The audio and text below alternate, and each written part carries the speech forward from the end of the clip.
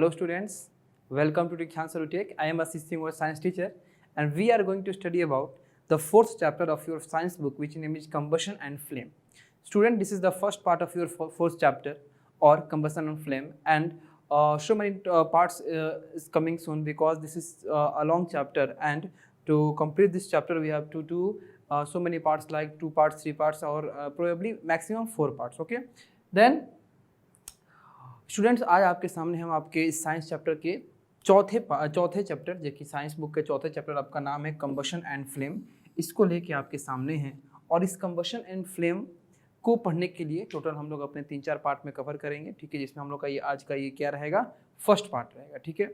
अब देखिए, वैसे तो थोड़ा सा अभी देख के आपको सस्पेंस हो रहा होगा कि चौथे पार्ट में अगर देखा जाए तो हमारा फोर्थ चैप्टर जो है वो आपका मेटल्स एंड नॉन मेटल्स होगा। फोर्थ चैप्टर जो होना चाहिए वो क्या होना चाहिए, मेटल्स एंड नॉन मेटल्स। लेकिन अभी रिसेंट में जो सीबीएसई का आपका गाइडेंस आया है उसके अकॉर्डिंग ये जो मेटल्स एंड नॉन मेटल्स आपका फोर्थ चैप्टर, इसको क्या किया गया है, कंप्लीट रूप से डिलीट कर दिया गया है। इसको कंप्लीटली क्या कर दिया गया है, डिलीटेड हो गया है ये चैप्टर। अब ये डिलीटेड हो गया, इसको इसलिए डिलीट किया गया कि इसको कंप्लीट रूप से हमको कहाँ पढ़ना है, क्लास 10th में इसको बहुत ही अच्छे तरीके से हमको इस चैप्टर को पढ़ना है, मेटल्स एंड नॉन मेटल्स, ठीक है। तो इसलिए हम यहाँ पे सीबीएसई की तरफ से इसलिए इसको क्या किया गया है, यहाँ से हटाया गया है, ठीक है। तो आज हम लोग मेटल्स एंड नॉन मेटल्स की जगह पे इस कम्बशन एंड फ्लेम चैप्टर को पढ़ रहे हैं। इससे पहले हम लोग अपने crop production management, micro organism और कोल एंड पेट्रोलियम चैप्टर को पढ़ चुके हैं, ठीक है।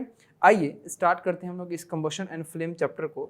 इस चैप्टर से स्टार्ट करने से पहले जो इस चैप्टर का नाम है, ठीक है, कम्बशन एंड फ्लेम, इसके बारे में समझते हैं। कम्बशन का मतलब होता है कि कोई भी चीज़ अगर ऑक्सीजन के प्रेजेंस में या एयर के प्रेजेंस में जलती है और जलने के बाद हमको हीट, लाइट या एनर्जी को प्रोड्यूस करती है, इसी प्रोसेस को हम क्या कहते हैं, कम्बशन कहते हैं। अब कम्बशन के दौरान जब कोई आपका कंबस्टिबल सब्सटेंस जलता है तो जलने के बाद जो आपका वाटर, जो आपके वेपर में, जो आपके एयर में एक वो येलो कलर का जो आपका समझिए तो येलो कलर के जो आपके बीम, येलो कलर के जो आपकी इमेज प्रोड्यूस करते हैं, ठीक है, उसको हम क्या कहते हैं, फ्लेम कहते हैं। ये फ्लेम जो होता है हमारे एयर के अमाउंट के अनुसार, एयर के प्रेजेंस के अनुसार अलग अलग कलर का होता है, ठीक है। तो ये सब कुछ हम लोग इस चैप्टर में पढ़ेंगे। अभी हम लोग आपको बताने जा रहे हैं कि इस चैप्टर में कौन कौन से टॉपिक को हम लोग पढ़ेंगे, यानी इस पार्ट में कौन कौन से टॉपिक को हम लोग पढ़ेंगे। तो इस पार्ट में सबसे पहले तो हम लोग जानेंगे अपने कम्बशन के इंट्रोडक्शन के बारे में कि हमारा कम्बशन क्या होता है, ठीक है। फिर कम्बशन को समझेंगे, ठीक है। कम्बशन के लिए जो नेसेसरी कंडीशंस हैं, यानी कोई भी अगर ऑब्जेक्ट जलता है ऑक्सीजन के प्रेजेंस में या एयर के प्रेजेंस में, हमको हीट, लाइट अगर प्रोवाइड करता है तो उसके जलने के लिए, उसके बर्निंग के लिए आपके एसेंशियल कंडीशन क्या क्या हो सकते हैं, ठीक है। उसके बाद उसी एसेंशियल कंडीशन में से आपका एक होगा इग्निशन टेम्परेचर, इसके बारे में समझेंगे। फिर हम बात करेंगे टाइप्स ऑफ कम्बशन के बारे में, फिर हम कैसे अपने फायर को कंट्रोल कर सकते हैं। और फायर कंट्रोलिंग आपके तरीके में भी आपका 3 तरीका होगा, जिसमें से पहला तरीका जो होगा वो आपका वाटर का यूज करके। तो इसमें हम लोग क्या करेंगे, इस वाटर का यूज करके कैसे हम फायर को कंट्रोल करेंगे, इसको पढ़ेंगे। देन इसके बाद हम लोग नेक्स्ट पार्ट में क्या करेंगे, अपने आगे के मेथड्स को पढ़ेंगे, ठीक है। आइए स्टार्ट करते हैं। सबसे पहले हम लोग इंट्रोडक्शन में जानेंगे कि हमारा कम्बशन, बेसिकली कम्बशन जो है उसको कैसे हम किसी के सामने बता सकते हैं। तो देखिए, ये जो आपका किसी भी सब्सटेंस का जो बर्निंग होता है, किसी भी सब्सटेंस का जो जलने की प्रक्रिया होती है, बर्निंग होती है, किसके प्रेजेंस में, ऑक्सीजन के प्रेजेंस में, ठीक है, जो हमको हीट और लाइट को प्रोड्यूस करता है। कोई भी सब्सटेंस अगर जलता है ऑक्सीजन के प्रेजेंस में, जो हमको हीट और लाइट को प्रोड्यूस करता है, इसी प्रोसेस को हम क्या कहते हैं, कम्बशन कहते हैं। सिंपल भाषा में कहा जाए तो कम्बशन का मतलब होता है बर्निंग, ठीक है, जलना। कम्बशन का मतलब होता है बर्निंग। अब इस चैप्टर में हम लोग क्या करेंगे, अपने केमिकल प्रोसेस ऑफ कम्बशन के बारे में, कि हमारे कम्बशन का जो केमिकल प्रोसेस है, ठीक है, उसके बारे में पढ़ेंगे, ठीक है। फिर हम लोग फ्लेम के बारे में पढ़ेंगे और फ्लेम के टाइप्स के बारे में पढ़ेंगे, ठीक है। अब चलिए आइए स्टार्ट करते हैं और बात समझते हैं कि हम लोग का कम्बशन क्या है, ठीक है। तो बेसिकली आपका एक ऐसा केमिकल प्रोसेस, ठीक है, एक ऐसा केमिकल प्रोसेस जिस केमिकल प्रोसेस में कोई सब्सटेंस जो हो वो ऑक्सीजन के साथ रिएक्ट करके, यानी कि ऑक्सीजन के प्रेजेंस में जल के और आपको हीट प्रोवाइड करता हो, लाइट प्रोवाइड करता हो, इसी केमिकल प्रोसेस को हम क्या कहते हैं, कम्बशन कहते हैं, ठीक है। कोई भी सब्सटेंस अगर ऑक्सीजन के प्रेजेंस में जल रहा हो और जलने के बाद आपको हीट एनर्जी और लाइट एनर्जी को प्रोड्यूस करा रहा हो, this chemical process is called combustion. इसी को हम लोग क्या कहते हैं, कम्बशन कहते हैं, ठीक है। अब हम बात करते हैं कुछ कम्बशन के आपके कॉमन एग्जाम्पल्स पे। सबसे पहला है आपका कंबशन ऑफ मैग्नीशियम, ठीक है। मैग्नीशियम क्या होता है बाबू? मैग्नीशियम आपका एक मेटल होता है जो हाईली रिएक्टिव मेटल में से आपका एक होता है। इस मैग्नीशियम का रिबन होता है, ठीक है, मैग्नीशियम का रिबन होता है जिसको हम लोग मैग्नीशियम मेटल के नाम से भी जानते हैं। तो मैग्नीशियम का कंबशन, मैग्नीशियम की कंबशन में बेसिकली हम करते क्या हैं कि एक मैग्नीशियम के रिबन को लेंगे, रिबन को क्या करेंगे, हम हीट करेंगे। जब रिबन को हम हीट करेंगे तो वो मैग्नीशियम जो होगा वो जलना स्टार्ट कर जाएगा, वो ऑक्सीजन के प्रेजेंस में क्या करेगा, जलना स्टार्ट कर जाएगा। जब मैग्नीशियम का रिबन जलेगा तो जलने के बाद ये क्या करेगा, जलने के वक्त ये क्या करेगा, ऑक्सीजन से कंबाइन करेगा, यानी ऑक्सीजन के प्रेजेंस में जलेगा और क्या बना देगा, ये आपका जो एस प्रोड्यूस करेगा, जो राख प्रोड्यूस करेगा वो होगा मैग्नीशियम ऑक्साइड। वो क्या होगा आपका, मैग्नीशियम ऑक्साइड। और मैग्नीशियम ऑक्साइड के साथ साथ ये हीट प्रोड्यूस करेगा और लाइट प्रोड्यूस करेगा, हीट प्रोड्यूस करेगा और लाइट प्रोड्यूस करेगा। तो यहाँ पे ये जो मैग्नीशियम है, ठीक है, ये मैग्नीशियम क्या कर रहा है, ये मैग्नीशियम क्या कर रहा है, ऑक्सीजन के प्रेजेंस में, ऑक्सीजन के प्रेजेंस में क्या कर रहा है, बर्न कर रहा है। बर्न करने के बाद हमको क्या दे रहा है, मैग्नीशियम ऑक्साइड प्लस हीट, ठीक है, और plus light. Magnesium oxide plus heat और प्लस लाइट, ये हमको प्रोडक्ट मिल रहा है जिससे हमारा मैग्नीशियम जो है वो ऑक्सीजन के प्रेजेंस में जब जल रहा है तो ये सारे हमको क्या मिल रहे हैं, प्रोडक्ट मिल रहे हैं, ठीक है। अब देखिए जो मैग्नीशियम ऑक्साइड होते हैं, आप लोग क्लास 7 में पढ़ के आए हुए हो कि मैग्नीशियम ऑक्साइड जो होते हैं ये बेसिक ऑक्साइड होते हैं। ये क्या होते हैं, बेसिक ऑक्साइड होते हैं। कैसे बेसिक ऑक्साइड होते हैं, जब इस मैग्नीशियम ऑक्साइड को जब वाटर से आप रिएक्ट करोगे या वाटर साथ कंबाइन करोगे तो ये क्या प्रोड्यूस कर देगा, ये प्रोड्यूस करेगा MgOH का होल ट्वाइस, यानी कि मैग्नीशियम हाइड्रोक्साइड। और ये मैग्नीशियम हाइड्रोक्साइड जो होता है ये क्या होता है, आपका बेस होता है। ये मैग्नीशियम हाइड्रोक्साइड क्या होता है, बेस होता है। ये बेस कैसे होता है, ये आपका रेड लिटमस को कन्वर्ट करता है किसमें, ब्लू में। रेड लिटमस को किसमें कन्वर्ट करता है, ब्लू में, ठीक है, रेड को कन्वर्ट करता है किसमें, ब्लू में, ठीक है। तो इस तरीके से ये जो मैग्नीशियम है ये ऑक्सीजन के प्रेजेंस में बर्न करता है और बर्न करने के बाद हमको मैग्नीशियम ऑक्साइड हीट और लाइट देता है, ठीक है। तो ये आपका एग्जांपल है किसका, मैग्नीशियम का। दूसरा आपका एग्जांपल है किसका, कंबशन ऑफ चारकोल। चारकोल जो है आपका कोल का एक स्पेशल फॉर्म होता है। तो चारकोल जो है इसमें बहुत सारा क्या होते हैं, आपके कार्बन होते हैं, बहुत ज़्यादा मात्रा में क्या होते हैं, कार्बन होते हैं, ठीक है। अब अगर आपको चारकोल के पीस को आपको क्या करना है, एक आपको एक्टिविटी बता रहे हैं। चारकोल के पीस को आपको क्या करना है, टोंग्स से पकड़ना है। टोंग्स जो होते हैं आपके पकड़ने वाले चिमटा, उसको पकड़ने के बाद क्या करना है, हीट करना है, ठीक है। बर्नर पे हीट करना है, वो चारकोल जो होगा बर्निंग स्टार्ट करेगा। जब चारकोल बर्न करेगा तो वो जो चारकोल में आपका जो कार्बन होगा, जो चारकोल आपका कार्बन से मिलकर बना है, वो कार्बन जो होगा वो ऑक्सीजन के साथ क्या करेगा, कंबाइन करेगा। क्यों, क्योंकि चारकोल जो जलेगा वो किसके प्रेजेंस में जलेगा, ऑक्सीजन के प्रेजेंस में।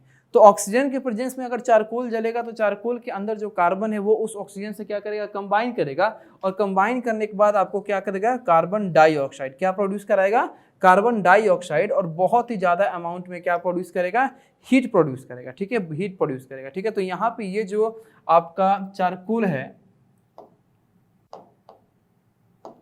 यहाँ पे ये जो चारकोल है, ठीक है, चारकोल में आपका ज्यादा मात्रा किसका है, कार्बन का है। इस चारकोल को आप क्या कर रहे हो, ऑक्सीजन के प्रेजेंस में, इस चारकोल को आप क्या कर रहे हो, ऑक्सीजन के प्रेजेंस में बर्न कर रहे हो। क्या कर रहे हो, बर्न कर रहे हो। तो यहाँ पे क्या प्रोड्यूस हो रहा है, carbon dioxide plus heat, carbon dioxide plus heat. तो ये जो आपका एग्जांपल है ये आपका किसका एग्जांपल है, कंबशन का एग्जांपल है। किसका एग्जांपल है, कंबशन का एग्जांपल है। अब आपको कंबशन जो है केमिकल प्रोसेस, ये धीरे धीरे आपको समझ में आ रहा होगा कि ऑक्सीजन की प्रेजेंस में अगर कोई सब्सटेंस क्या करता है, बर्न करता है, तो हमको उस सब्सटेंस का क्या मिलता है, ऑक्साइड मिलता है, या जो भी सब्सटेंस मिलते हैं, जो भी हमको आउटपुट मिलता है, हीट मिलता है, लाइट मिलता है, ठीक है। तो ये कंप्लीट जो केमिकल रिएक्शन है ऑक्सीजन की प्रेजेंस में बर्न करके हमको कुछ आउटपुट देने का, ठीक है। तो ये जो आपका कंप्लीट रिएक्शन है इसको हम क्या कहते हैं, कंबशन कहते हैं, ठीक है। चलिए अब कुछ और भी एग्जांपल्स हम देखते हैं कंबशन के, ठीक है। अब देखिए, जैसे मान लीजिए आपके अंदर रेस्पिरेशन होता है, तो रेस्पिरेशन जो है बेसिकली आपका एक स्लो कंबशन है। रेस्पिरेशन स्लो कंबशन कैसे है, क्योंकि रेस्पिरेशन में जो भी आप फूड इनटेक करते हो वो फूड जब कंप्लीटली डाइजेस्ट होता है, तो डाइजेस्ट होने के बाद वो क्या होता है, आपका सॉल्युबल फूड बन जाता है, वाटर सॉल्युबल फूड, ठीक है, सॉल्युबल फूड,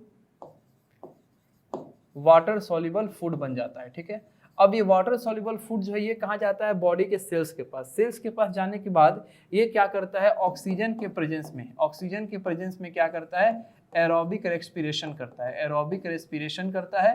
और एरोबिक रेस्पिरेशन करने के बाद ये आपको कार्बन डाइऑक्साइड प्लस वाटर और प्लस एनर्जी का फॉर्मेशन करता है। किसका फॉर्मेशन करता है? एनर्जी का। अब देखिए यहाँ पे ये जो कंप्लीट आपका प्रोसेस हम लिखे हैं, ये कंप्लीट प्रोसेस है एरोबिक रेस्पिरेशन या रेस्पिरेशन का। तो रेस्पिरेशन में जो आपका फूड है वो ऑक्सीजन के प्रेजेंस में क्या कर रहा है? बेसिकली एनर्जी दे रहा है, CO2 दे रहा है। तो हम लोग क्या कह सकते हैं कि जो आपका फूड है वो क्या हो रहा है? आपका बर्न कर रहा है। ऑक्सीजन के प्रेजेंस में क्या कर रहा है? बर्न कर रहा है। यानी जो हमारा रेस्पिरेशन है, ये रेस्पिरेशन आपका एक स्लो कंबशन है, जहाँ पे फूड जो होता है वो ऑक्सीजन के प्रेजेंस में बर्न करता है और बर्न करने के बाद आपको क्या देता है? हीट एनर्जी, कार्बन डाइऑक्साइड या आपका एनर्जी देता है। ठीक है, ये आपका है रेस्पिरेशन, एक एग्जाम्पल है कंबशन का। Next, the process of rusting of iron is an example of slow combustion. ठीक है, आयरन के अंदर जो रस्टिंग होता है, अब रस्टिंग क्या होता है इसको भी समझ लीजिए आप लोग कि रस्टिंग क्या होता है। देखिए, जब आपका आयरन ऑब्जेक्ट, ठीक है, जब आपका आयरन ऑब्जेक्ट एक लंबे समय तक ऑक्सीजन और वाटर के संपर्क में रह जाता है, तो उस आयरन ऑब्जेक्ट के ऊपर एक रेड ब्राउन कलर का लेयर जो होता है वो डिपॉजिट हो जाता है। और वो रेड ब्राउन कलर का जो लेयर होता है वो आपका होता है हाइड्रेटेड आयरन ऑक्साइड। क्या होता है? Hydrated iron oxide. क्या होता है? Hydrated iron oxide.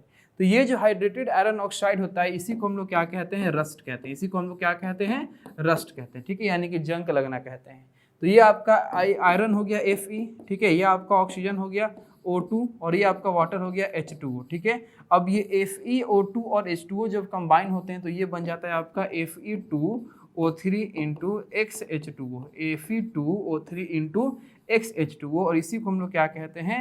Hydrated iron oxide कहेंगे। इसी को हम लोग क्या कहेंगे? हाइड्रेटेड आयरन ऑक्साइड, या इसी का नाम है रस्ट। ठीक है, हाइड्रेटेड आयरन ऑक्साइड या इसी को हम लोग क्या बोलेंगे?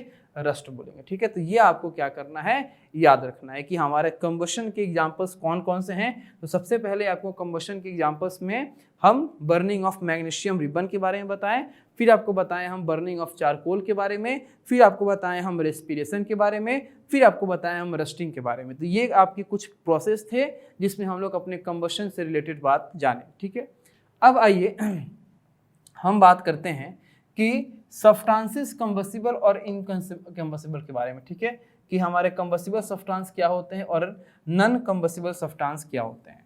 तो कंबसिबल सब्सटेंस बेसिकली आपके वैसे सब्सटेंस होते हैं जो बर्न करने की कैपेसिटी रखते हो, जो जलने की क्षमता रखते हो। ठीक है, जब भी उनको हम इसेंशियल कंडीशन प्रोवाइड करें बर्निंग का, तो बर्निंग के इसेंशियल कंडीशन को टेक करके लेके और फिर वो जलते हो, तो इनको हम क्या कहेंगे? कंबसिबल सब्सटेंस कहते हैं। यानी कि ऐसे सब्सटेंस जो कंबशन के प्रोसेस को कर सकते हैं, जो कंबशन को कर सकते हैं, उसको हम क्या बोलेंगे? कंबसिबल सब्सटेंस बोलेंगे। फॉर एग्जांपल, जो हमारे फैब्रिक्स होते हैं, जितने भी कपड़े होते हैं, ठीक है, जो आपके स्ट्रॉ घास फूस होते हैं, कुकिंग गैस जो होता है, CNG जो होता है, किरोसिन ऑयल जो होता है, डंग केक्स आपका ये डंग केक जो होता है, petrol, diesel, alcohol, match stick, magnesium ribbon etcetera, बहुत सारे ऐसे चीज हैं जिनको अगर आप इसेंशियल कंडीशन दो, ठीक है, तो ये क्या करेंगे? जलेंगे। तो जो भी सब्सटेंस अगर जलते हैं, जलने की कैपेसिटी रखते हैं, तो इनको हम क्या बोलेंगे? कंबसिबल सब्सटेंस बोलेंगे। इसके बाद आपका है नॉन कंबसिबल सब्सटेंस, यानी कि ऐसे सब्सटेंस जो बर्न नहीं करते हो, ऐसे सब्सटेंस जो बर्न नहीं करते हो, उसको हम क्या बोलेंगे? नॉन कंबसिबल सब्सटेंस बोलेंगे। ठीक है, फॉर एग्जांपल मान लीजिए स्टोन, पत्थर को आप जला दोगे, ग्लास को जला दोगे, सीमेंट जलेगा कभी, ईंट जलेगा कभी, ये सब चीज जो है ये नॉन कंबसिबल है। इनको आप कितना भी कंबसिबल कंडीशन क्यों ना दो, इनको आप कितना भी इसेंशियल कंडीशन क्यों ना दो, लेकिन ये नहीं जलते हैं। तो जिस सब्सटेंस में बर्निंग नहीं होता है, जो बर्निंग की कैपेसिटी को नहीं रखते हैं, उनको हम क्या बोलते हैं? नॉन कंबसिबल सब्सटेंस बोलते हैं। ठीक है, अब ये कंबसिबल और नॉन कंबसिबल सब्सटेंस इसलिए आपको हम बताए हैं क्योंकि नेक्स्ट टॉपिक हमको जानना है कंडीशंस नेसेसरी फॉर कंबशन, कि किसी ऑब्जेक्ट के कंबशन के लिए हमको कौन कौन से कंडीशंस जो हैं वो नेसेसरी हैं। क्या क्या आपको कम से कम कौन कौन से ऐसे कंडीशन हो जो कंडीशन अगर किसी ऑब्जेक्ट को प्रोवाइड कराएं तभी वो आपका ऑब्जेक्ट जलेगा, इनमें से कोई अगर नहीं है तो ऑब्जेक्ट नहीं जलेगा। ठीक है, तो सबसे पहला कि आपका जो ऑब्जेक्ट को जलाना है, जिस ऑब्जेक्ट को बर्न करना है, वो ऑब्जेक्ट किस नेचर का होना चाहिए? कंबसिबल नेचर का होना चाहिए, यानी जलने वाला होना चाहिए। ये ना कि हम ईंट पत्थर पे पूरे कंडीशन को अप्लाई कर रहे हैं सोचने के जल क्यों नहीं रहे, क्योंकि आपका ऑब्जेक्ट ही आपने क्या चूज किया है? नॉन कंबसिबल चूज किया है। तो आपका सब्सटेंस कैसा होना चाहिए? कंबसिबल सब्सटेंस होना चाहिए, नॉन कंबसिबल सब्सटेंस नहीं होना चाहिए। नेक्स्ट है कि जो आपका कंबशन जहां हो रहा है वहां पे एयर का यानी ऑक्सीजन का सप्लाई होना चाहिए। ऑक्सीजन का सप्लाई बहुत जरूरी है, अगर ऑक्सीजन नहीं होगा तो वहां पे कंबशन नहीं होगा। तीसरा, आपका जो कंबसिबल सब्सटेंस है उसको अपना इग्निशन टेम्परेचर अटेन करना होगा। अब इग्निशन टेम्परेचर क्या होता है?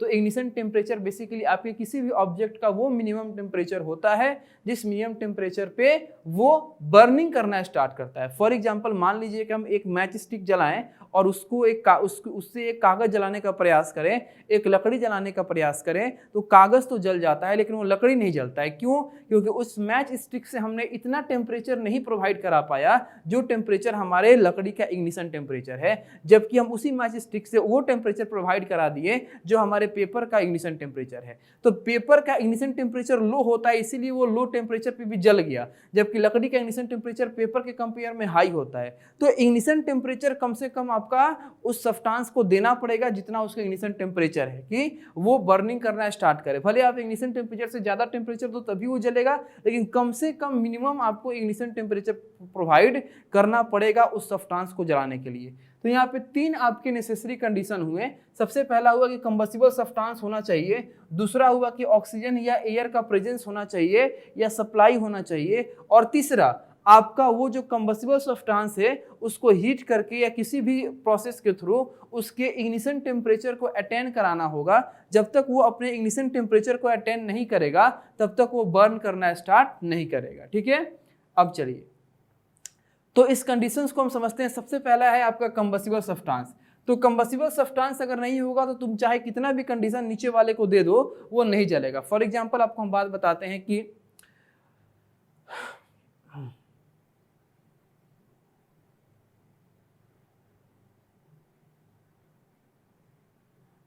जैसे मान लीजिए कोई घर में आपका आग लगता है या किसी भी रूम में आग लगता है, तो जो आग लगता है तो वहां से क्या क्या सब्सटेंस हटाया जाता है? वहां से फर्नीचर हटाया जाता है, कपड़ा हटाया जाता है, बेड हटाए जाते हैं, ठीक है, ये सब चीज हटाया जाता है। कभी आपने ये देखा कि वहां से दीवार हटाया गया, वहां से छत हटाया गया, वहां से फर्श हटाया? ऐसा नहीं है, क्योंकि वो दीवार, छत, फर्श वो ईंट से बने हैं, वो ब्रिक से बने हैं, सीमेंट से बने हैं, और वो कंबसिबल नहीं होते, वो नहीं जलते हैं, वो नहीं जलते हैं।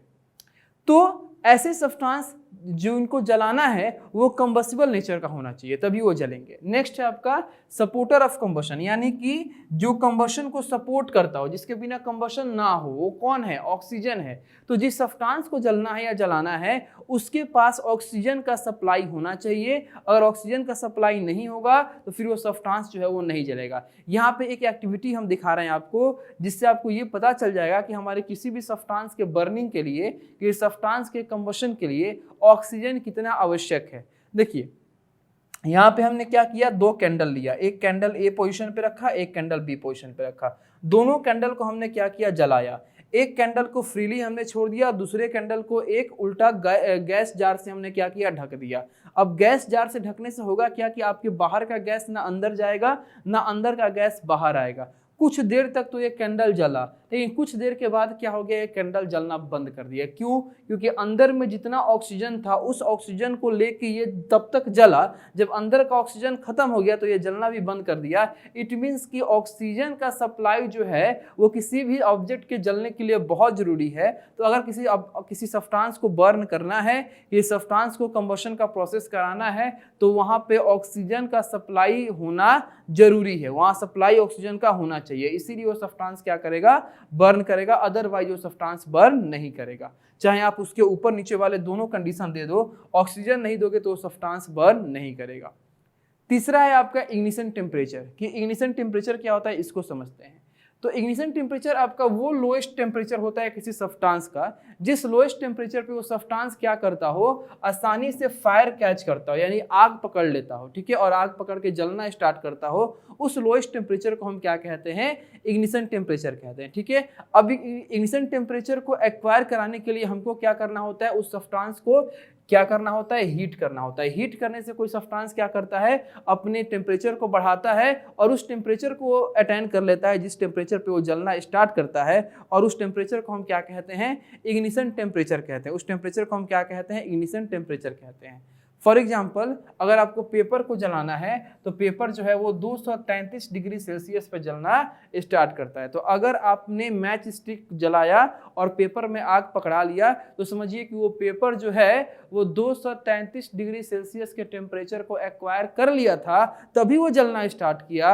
अगर वो 233 नहीं कर पाता तो वो जलना स्टार्ट नहीं करता। इसीलिए पेपर जलता है क्योंकि आपके मैच स्टिक के द्वारा उसको 233 डिग्री सेल्सियस प्रोवाइड करा दिया जाता है, ऑक्सीजन भी होता है और वो खुद कंबस्टिबल सब्सटेंस है। जब तीनों कंडीशन उस पेपर को मिलता है तो पेपर जो है वो जलना स्टार्ट कर देता है। ठीक है, चलिए यहां पे एक इग्निशन टेम्परेचर को समझने का बहुत ही अच्छा उपाय है। देखिए यहाँ पे क्या किया, हम एक खाली पेपर कप लिए, पेपर का कप बनाए जो बिल्कुल खाली है और उसको बर्निंग कैंडल पे रखे हैं। बर्निंग कैंडल पे रखे हैं तो वो पेपर कप जो है वो जलना स्टार्ट कर दिया। ठीक है, लेकिन उसी पेपर कप में अगर हमने पानी रख दिया उसके बाद इस बर्निंग कैंडल पे रखा तो देखिए ये पेपर कप जो है वो नहीं जल रहा है। कारण क्या है, क्योंकि पानी क्या किया है, अपने होने के कारण इस पेपर कप के इग्निशन टेम्परेचर को बढ़ा दिया है। अब इग्निशन टेम्परेचर को बढ़ा दिया है तो उतना इग्निशन टेम्परेचर जो है ये हमारा कैंडल उसको नहीं दे पा रहा है, जिसके चलते वो आपका कप जो है वो नहीं जल पा रहा है। तो किसी भी सब्सटेंस को जलने के लिए इग्निशन टेम्परेचर उसका देना बहुत जरूरी है। यहाँ पे आपको हम एक टेबल दिए हैं, इस टेबल में कुछ कॉमन आपके सब्सटेंसेस हैं जिसके बारे में उनका इग्निशन टेम्परेचर बताया गया है कि किस सब्सटेंस का इग्निशन टेम्परेचर कितना है, यानी कि कौन सा ऐसा सब्सटेंस है जो अपने कितने मिनिमम टेम्परेचर पे जलना स्टार्ट कर देंगे। ठीक है, सबसे पहले है डीजल। ठीक है, डीजल का जो आपका इग्निशन टेम्परेचर है वो 210 डिग्री सेल्सियस है। फ़ारेनहाइट इधर है लेकिन हम सेल्सियस में बात करेंगे। डीजल का इग्निशन टेम्परेचर 210 डिग्री सेल्सियस होता है। फ्यूल ऑयल जो होते हैं उनका 210 से 262 होता है। गैसोलीन जो होते हैं उनका 246 से 280 डिग्री सेल्सियस होता है। किरोसिन तेल का 295 डिग्री सेल्सियस होता है। ब्यूटेन का होता है 405 डिग्री सेल्सियस। प्रोपेन का 470 डिग्री सेल्सियस और जो नेचुरल गैस होते हैं उनका होता है 580 डिग्री सेल्सियस। यानी कि अगर ये जो ऊपर के सब्सटेंस जो एज ए फ्यूल वर्क करते हैं तो इन फ्यूल में सबसे कम जो इग्निशन टेम्परेचर है वो डीजल का है। इसका मतलब डीजल जो है वो सबसे जल्दी आग पकड़ेगा। जिसका इग्निशन टेम्परेचर जितना कम होगा उसके आग पकड़ने के चांसेस उतना ही क्या होंगे, उनके बर्निंग करने के चांसेस उतने, उनके फायर कैच करने के चांसेस उतना ही ज़्यादा होंगे। अब कुछ और थिंग हम बात कैसे, मान लीजिए पेपर का जो इग्निशन टेम्परेचर होता है, पेपर की क्वालिटी के बेसिस पे पेपर का जो इग्निशन टेम्परेचर होता है वो 220 डिग्री सेल्सियस से 250 डिग्री सेल्सियस के बीच का होता है। इसीलिए वहाँ पे आपको हम बताए थे कि जो पेपर का इग्निशन टेम्परेचर होता है वो 233 डिग्री सेल्सियस जो इस रेंज के बीच में आपका आएगा। नेक्स्ट है वुड, लकड़ी का जो इग्निशन टेम्परेचर होता है वो 300 डिग्री सेल्सियस से 500 डिग्री सेल्सियस के बीच का होता है। इथेनॉल का जो इग्निशन टेम्परेचर होता है वो 363 डिग्री सेल्सियस होता है। रबिंग एल्कोहल का 400 डिग्री सेल्सियस, मिथेनॉल का 470 डिग्री सेल्सियस और कार्बन मोनोऑक्साइड का जो होता है वो 609 डिग्री सेल्सियस आपका टेम्परेचर, इग्निशन टेम्परेचर होता है। तो ये जो टेबल है इस टेबल को आप बहुत अच्छी तरीके से याद कर सकते हैं। इस टेबल को याद करने से आपको क्या होगा, आपका जो इग्निशन टेम्परेचर का वैल्यू है हमारे डिफरेंट सब्सटेंसेस के, उनके बारे में जानकारी बूस्टअप होगी, उनके बारे में जानकारी आपको और अच्छे तरीके से मिलेगी। ठीक है, चलिए अब हम लोग अपने कंडीशंस नेसेसरी फॉर कंबशन के बारे में तो जान लिए। अब हमको क्या करना है, अपने कंबशन के कुछ टाइप्स के बारे में समझना है। ठीक है, अब कंबशन के कुछ टाइप्स के बारे में समझेंगे कि हमारे कंबशन कितने टाइप्स के होते हैं। ठीक है, अब देखिए अभी हमने ये समझा कि कंबशन जो है वो बेसिकली क्या है, आपका ऑक्सीडेशन है। अब ऑक्सीडेशन क्या होता है, तो किसी भी केमिकल रिएक्शन में अगर ऑक्सीजन का एडिंग होता है, यानी किसी रिएक्टेंट में अगर ऑक्सीजन का एडिंग होता है देन कोई सब्सटेंस यानी प्रोडक्ट बनता है, तो ऑक्सीजन का एडिंग होने वाला जो केमिकल रिएक्शन होता है उसको हम ऑक्सीडेशन कहते हैं। ठीक है, तो हमारा कंबशन जो होता है वो ऑक्सीडेशन होता है। और कंबशन को हम ऑक्सीडेशन क्यों बोलेंगे, क्योंकि कंबशन जो है किसी भी सब्सटेंस के जो केमिकल प्रोसेस है कंबशन, ये ऑक्सीजन के प्रेजेंस में ही होता है। ऑक्सीजन ना रहे तो सब्सटेंस कंबशन नहीं करेगा, बर्न नहीं करेगा। इसलिए हमने बोला कि कंबशन जो है वो क्या होता है, आपका ऑक्सीडेशन प्रोसेस आपका होता है। ठीक है, अब देखिए कुछ ऐसे केस होते हैं जहाँ पे जो आपका ऑक्सीडेशन का प्रोसेस जो होता है वो बहुत ही स्लो होता है। ठीक है, कुछ ऐसे होते हैं जहाँ पे बहुत फास्ट होता है। ठीक है, अब जब प्रोसेस ऑफ रस्टिंग के मान लो तो जो रस्टिंग का जो प्रोसेस है तो वो आपका स्लो प्रोसेस है, डाइजेशन का जो प्रोसेस है वो आपका स्लो प्रोसेस है। ठीक है, ये सब क्या होते हैं, स्लो कंबशन होते हैं। तो कंबशन डिपेंड करता है हमारे सप्लाई और अमाउंट और rate of the supply of किस पे, ऑक्सीजन पे। यानी कि जितना ज़्यादा अमाउंट में ऑक्सीजन का सप्लाई होगा उतना ही ज़्यादा आपका कंबशन होगा, जितना ज़्यादा तेजी में फास्टली ऑक्सीजन का सप्लाई होगा उतना फास्टली कंबशन होगा। ठीक है, तो कुछ ऐसे आपके प्रोसेस हैं जो स्लो कंबशन होते हैं और कुछ ऐसे आपके प्रोसेस हैं जो फास्ट कंबशन को शो करते हैं। तो जैसे मान लीजिए कि स्लो कंबशन को कौन कौन शो करता है, तो जो आपका रस्टिंग का जो प्रोसेस है वो स्लो कंबशन होता है, डाइजेशन ऑफ फूड जो है ये स्लो कंबशन होता है। ये कुछ एग्जांपल है स्लो कंबशन के। अब हम बात करते हैं अपने कंबशन के टाइप्स के। तो कंबशन का जो टाइप्स है बेसिकली 3 और 2 5 टाइप्स के होते हैं। 3 यहाँ बताएंगे, 2 अगले स्लाइड में बताएंगे। पहला हो गया रैपिड कंबशन, दूसरा हो गया स्पॉन्टेनियस कंबशन और तीसरा हो गया एक्सप्लोजन। रैपिड कंबशन और स्पॉन्टेनियस कंबशन और एक्सप्लोजन। सबसे पहले है रैपिड कंबशन। इसके बारे में हम समझते हैं कि सब रैपिड कंबशन आपका ये है कि जो बहुत ही क्विकली क्या करे, सब्सटेंस आग पकड़ ले, बहुत ही क्विकली क्या करे, हीट और लाइट को प्रोड्यूस करना स्टार्ट करे, उसको हम क्या करेंगे रैपिड, यानी तुरंत होने वाला कंबशन। जैसे मान लीजिए कि मैच स्टिक है, एक बार फ्रिक्शन किए, आग पकड़ लिया, लाइट निकलने लगा, हीट निकलने लगा, तो वो क्या है आपका रैपिड कंबशन है। ठीक है, एलपीजी, थोड़ा सा लाइटर जलाए, एलपीजी से तुरंत आग पकड़ लिया, ठीक है, हीट निकला, लाइट निकला, वो क्या है आपका रैपिड कंबशन। ठीक है, ये आपका जो एग्जांपल है वो रैपिड कंबशन है। नेक्स्ट है आपका स्पॉन्टेनियस कंबशन। स्पॉन्टेनियस कंबशन का मतलब कि हो गया आपका अचानक से, ठीक है, अचानक से आग पकड़ लेने वाला आपका कंबशन। यानी कोई ऐसे सब्सटेंस है जो पता ही नहीं चला कब आग पकड़ लिया, अचानक से आग पकड़ लिया, उसको हम क्या कहेंगे spontaneous combustion. For example sodium को हल्का सा हीट करेंगे, ठीक है, हल्का सा हीट करेंगे तो क्या होगा, ऑक्सीजन के प्रेजेंस में आके ऑक्सीजन के साथ रिएक्ट करके वो जलना स्टार्ट कर देगा। तो ये होगा स्पॉन्टेनियस कंबशन, जो अचानक से क्या करे, जलना स्टार्ट करे, फ्लेम प्रोड्यूस करना स्टार्ट करे, ठीक है, बिना हीट के साथ। ये ध्यान दीजिएगा, हमारे स्पॉन्टेनियस कंबशन में आपका फ्लेम निकलता है लेकिन हीट नहीं होता है, फ्लेम होता है लेकिन हीट नहीं होता है। नेक्स्ट है एक्सप्लोजन। आपका एक्सप्लोजन एक ऐसा कंबशन होता है जिसमें आपकी हीट एनर्जी भी निकलती है, लाइट एनर्जी भी निकलती है, ठीक है, और साथ ही साथ आपका एक लाउड साउंड भी निकलता है। तो ऐसा कंबशन जिसमें हीट, लाइट और साउंड, हीट, लाइट और साउंड, ये तीनों एनर्जी निकलते हो, उसको हम क्या बोलेंगे, एक्सप्लोजन बोलेंगे। फॉर एग्जाम्पल जो हमारा क्रैकर्स का जलना होता है, ठीक है, आपका जो क्रैकर्स जलते हैं, पटाखे जो जलते हैं, उसमें हीट, लाइट और साउंड तीनों चीज़ निकलता है। तो यहाँ जो एक्सप्लोजन हुआ वो आपका क्रैकर्स का जो जलना हुआ वो एक्सप्लोजन का क्या है, आपका बेस्ट एग्जांपल्स हैं। आइए नेक्स्ट हम बात करेंगे अपने और 2 आपके टाइप ऑफ कंबशन में, जिसमें सबसे पहला है कंप्लीट कंबशन और दूसरा है आपका इनकम्प्लीट कंबशन। ठीक है, तो ऐसे कंबशन जहां पे ऑक्सीजन का सप्लाई हो जो प्रचुर मात्रा में हो,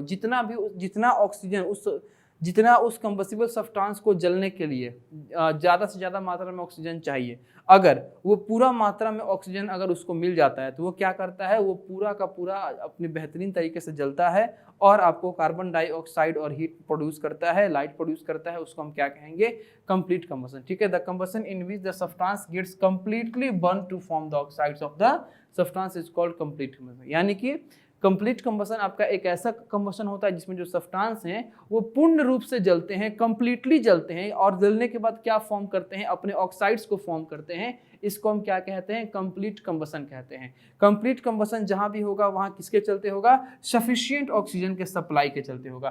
पर्याप्त मात्रा में अगर ऑक्सीजन उस जगह पे सप्लाई हो रहा है, जो कंबसिबल सब्सटेंस जहां जल रहे हैं, तो पर्याप्त मात्रा में अगर सप्लाई हो रहा है तो वहां पे क्या होगा, आपका कंप्लीट कंबशन होगा। फॉर एग्जाम्पल जो हमारा चारकोल था, अभी जो आपको हम चारकोल का जलना दिखाए थे, या कोयला जो है, ये चारकोल जो है वो कार्बन, उसमें कार्बन है, कार्बन जो है इस ऑक्सीजन की प्रेजेंस में क्या करेगा, बर्न करेगा।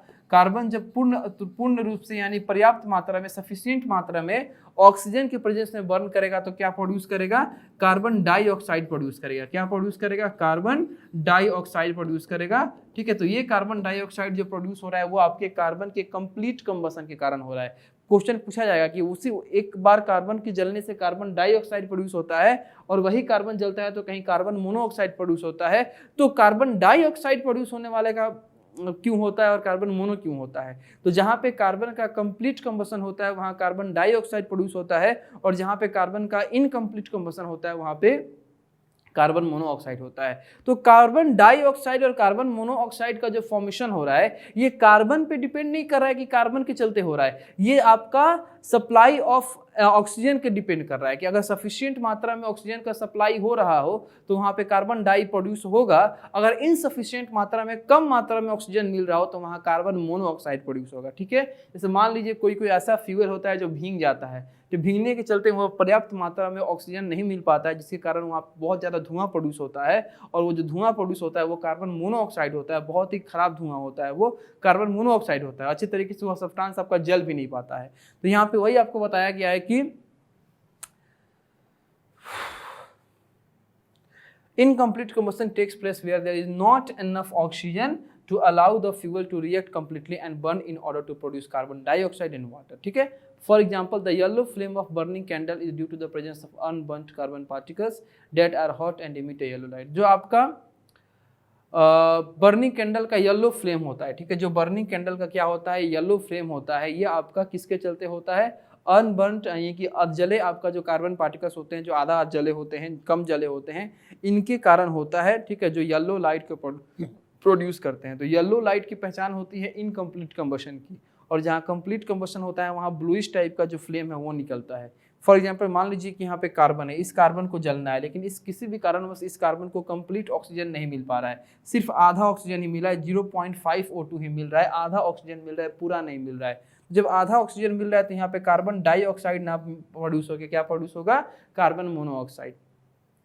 तो कार्बन डाइऑक्साइड कब प्रोड्यूस होगा, कार्बन मोनोऑक्साइड कब प्रोड्यूस होगा, तो कंप्लीट कंबशन और इनकम्प्लीट कंबशन में। और ये कंप्लीट कंबशन और इनकम्प्लीट कंबशन जो होते हैं ये डिपेंड करते हैं हमारे supply of the amount of oxygen पे, यानी कि ऑक्सीजन का अमाउंट कितना सप्लाई हो रहा है, सफिशिएंट मात्रा में होगा तो कंप्लीट होगा, और इनसफिशिएंट मात्रा में होगा तो वो आपका इनकम्प्लीट कंबशन होगा। ठीक है, अब चलिए अब हम आते हैं कि अपने कंबशन को पढ़ लिया, कंबशन की एसेंशियल कंडीशन क्या हमने उसको पढ़ लिया। ठीक है, कंप्लीट कंबशन क्या होता है, इनकम्प्लीट कंबशन क्या होता है, या कंबशन के टाइप्स आपके रैपिड, स्पॉन्टेनियस, ठीक है, एक्सप्लोजन, इसके बारे में हमने जान लिया।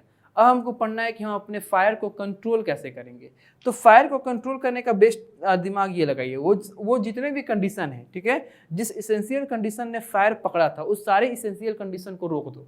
ठीक है, ऑक्सीजन के सप्लाई को रोक दो, वाटर को क्या करो, थ्रो करो। ठीक है, वाटर को क्या करो, थ्रो करो, ऑक्सीजन के सप्लाई को रोक दो। ठीक है, इग्निशन टेम्परेचर को क्या कर दो, जो आपका लो है उसको हाई कर दो। ठीक है, तो इस तरीके से आप अपने फायर को क्या कर सकते हो, कंट्रोल कर सकते हो। ठीक है, तो fire can be control by removing the cooling down the combustible substance. ठीक है, सो कंबस्टिबल सब्सटेंस को क्या कर देना है, बिल्कुल कूल कर देना है। कूल करने से होगा क्या कि उसका इग्निशन टेम्परेचर जो होगा वो हाई हो जाएगा। ठीक है, cutting of the air supply, air supply को क्या कर दो, कट कर दो, ऑक्सीजन के सप्लाई को क्या कर दो, कट कर दो।